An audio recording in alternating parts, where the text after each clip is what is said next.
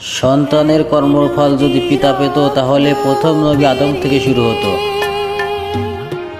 তাই যার যতটুকু সম্মান সেটাই দেওয়া উচিত।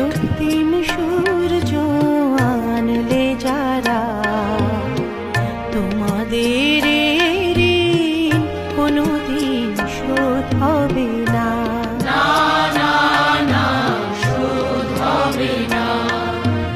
মৃত্যুর মুখোমুখি দাঁড়িয়ে। সন্তানের কর্মফল যদি পিতা পেত তাহলে প্রথম নবী আদম থেকে শুরু হতো।